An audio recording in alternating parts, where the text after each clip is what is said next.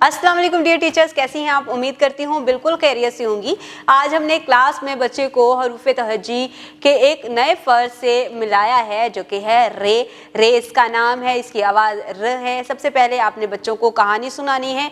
अगर आप कहानी एलईडी पर सुना रही हैं, दिखा रही हैं, तो बच्चों का पूरा फोकस उस स्क्रीन की तरफ होना चाहिए। और अगर आप खुद क्लास में कहानी बच्चों को सुनाएं तो एक क्लास का इन्वायरमेंट ही स्टोरी टेलिंग टीचिंग मैथड के अकॉर्डिंग सेट करें। बच्चों के बराबर बैठें ताकि आपकी आंखों का और बच्चों की आंखों का लेवल बराबर हो जाए, ताकि बच्चे आपको देख भी सकें और समझ भी सकें। आपका बॉडी लैंग्वेज बहुत ही सादा और आसानी से समझा देने वाला होना चाहिए। अल्फाज का चुनाव करते हुए ऐसे अल्फाज का इस्तेमाल करें जो कि करैक्टर बच्चे किताब में भी देख रहे हैं, और दूसरा वो सादगी से और आसानी से उसको समझ भी सके। इस तरह से क्या होगा कि बच्चे स्टोरी को गौर से सुन भी सकेंगे, रिलेट भी कर सकेंगे और अंडरस्टैंड भी करेंगे।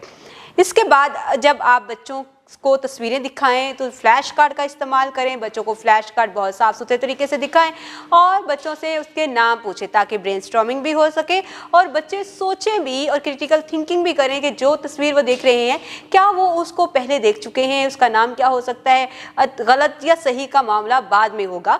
बच्चे पहले चीज़ों को समझेंगे, उसके बाद उसका नाम बताएंगे। अगर कोई अच्छे तरीके से नाम बता रहा है तो आप उसकी हौसला अफजाई करें, अगर नहीं बता रहे तो उनको करेक्शन करें और उनको नाम बताएं।